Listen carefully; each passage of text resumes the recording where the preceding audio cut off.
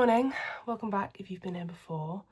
I come to you on this slightly overcast Friday morning with an exciting day ahead actually. I am having a very cultural day today. I've been quite ill, so apologies about my voice being a bit nasally.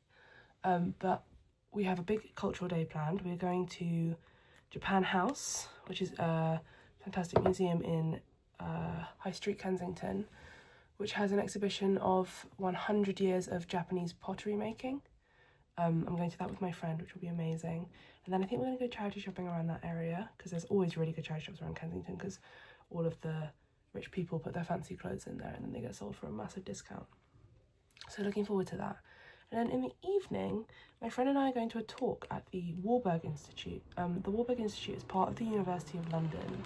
It is one of the universities within the University of London, and they specialise in art history, which is similar to the Courtaulds, which is where I went for my master's. But this talk is about cosmology and art history, which I'm really excited about. I remember reading the description when I booked it, thinking it sounded super interesting, but I can't exactly remember what it was now, so I will remember that and let you know.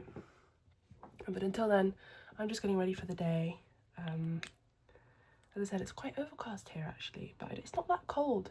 It hasn't been super cold. There was a few days of really cold weather a few weeks ago, but it's been kind of just misty since then. It hasn't been super freezing or anything.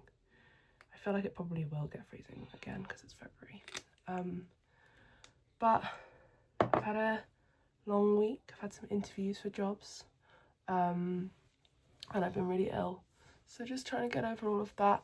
I was supposed to film a different day this week, not today, but I was too ill. You wouldn't have wanted to see me like that, so I chose to do it today instead, and luckily we've got a nice exciting day planned. I ended up waking up around 11 today,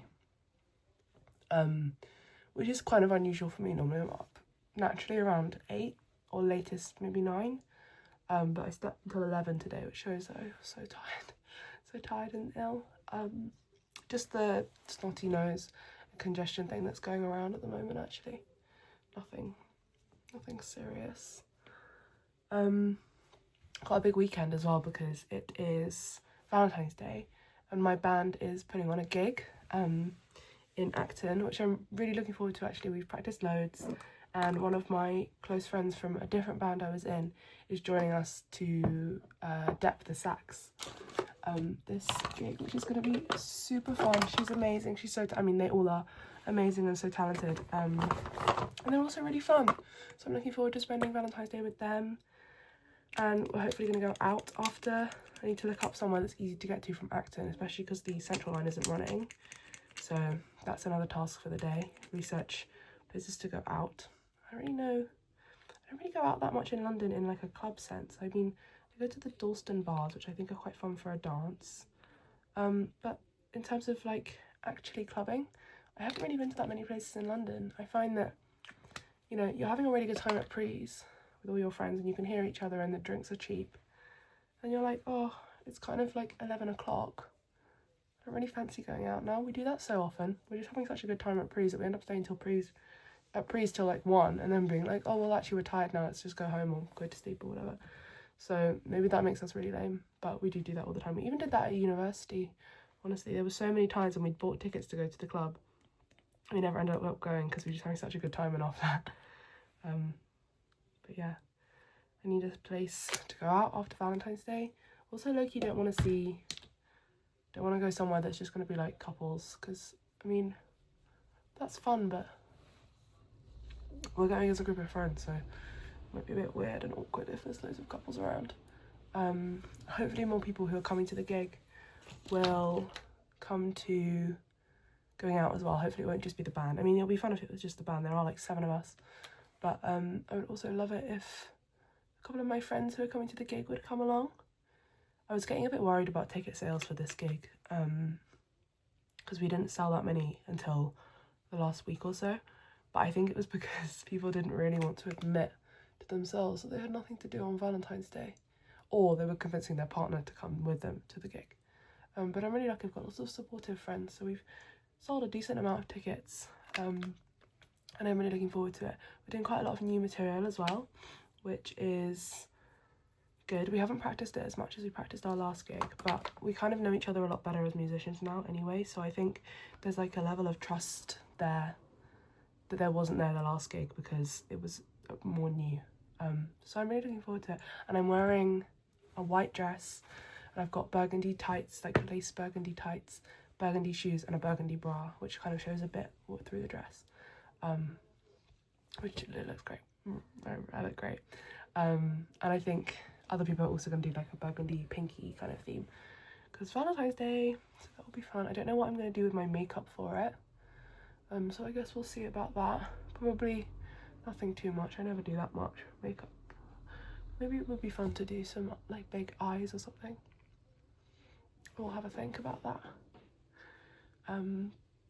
But yes, I'll take you along with me today. We're going to the makers exhibition and charity shopping. Well, I currently live with my parents in their house, and I have a rule for myself that I can't really buy new homeware until I move out and get my own place, because I have a load of really nice homeware right now that I've picked up across the years, but I have no idea if it will even fit the space that I end up moving into, and I don't really want to have a load of stuff that never gets used or kept in the attic or kept in storage or whatever. So I have a rule. But in Kensington there were these amazing like dishes, and they all had the name, like there was a really big one that had the word lasagna written in a really fun font, like a big serif font in the back, in red. And then there was one that had egg cups that said eggs on, and a butter dish that said butter. And I remember like that was painful to leave. I thought that was so gorgeous. But I have to stick to my rules because maybe that wouldn't even fit in my kitchen. So I still think about her though, and that was like 6 months ago. So we'll see what they have in Kensington. Maybe, what am I looking for? I kind of feel like I don't have enough trousers at the moment, so maybe a nice pair of trousers, maybe grey jeans. I don't have any of those and I quite like some, but honestly I don't really need anything, so it would have to be quite a special piece for me to pick something up today, but you'll see what I see.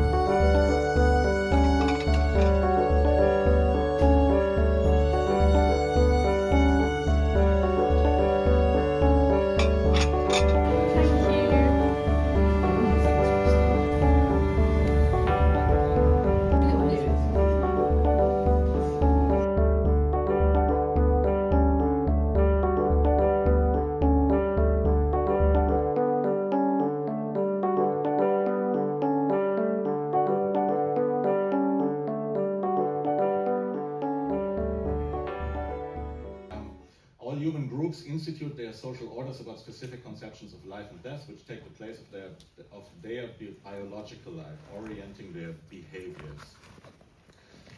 These conceptions in all human orders are encoded in founding structural oppositions, by and through which alone human orders are unable to define themselves into being, each type of culture having to create its corresponding type of chaos, which represents just as active a creation as that of the order itself. Right?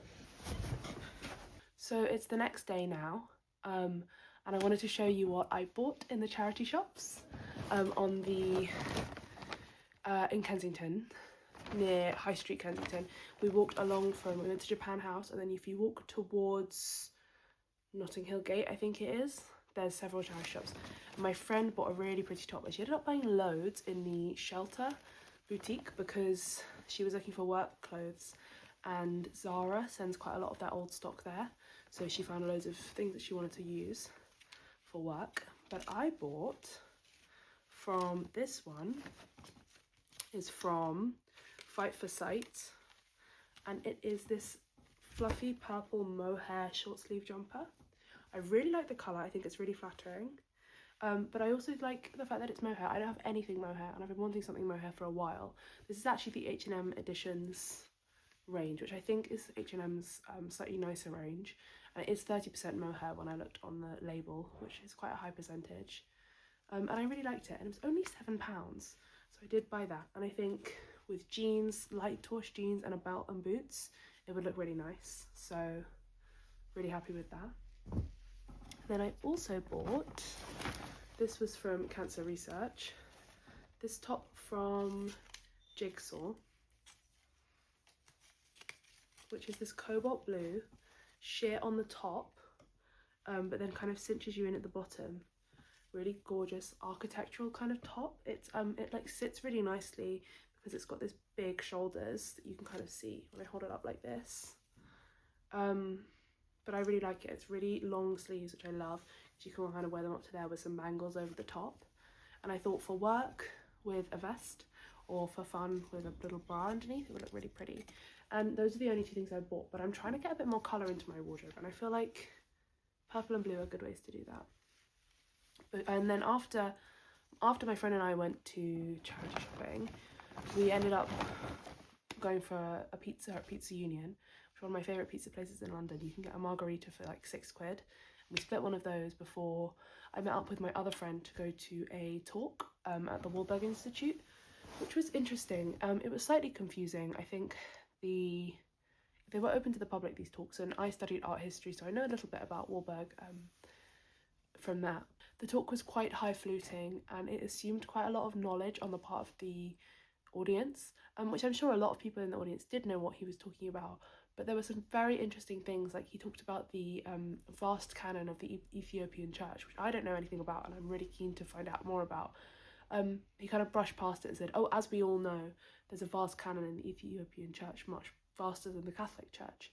And I was like, oh my gosh, explain that more. And then he just didn't quite develop the point. And I think that was a recurring theme. There seemed to be a lot that he skipped over in the presentation, so I think he wasn't like able to keep exactly what he said within the time limit. But overall, it was a good experience, and the exhibition there was really good. I would recommend that. It opened yesterday, or the day before yesterday, because the talk was the day after it opened.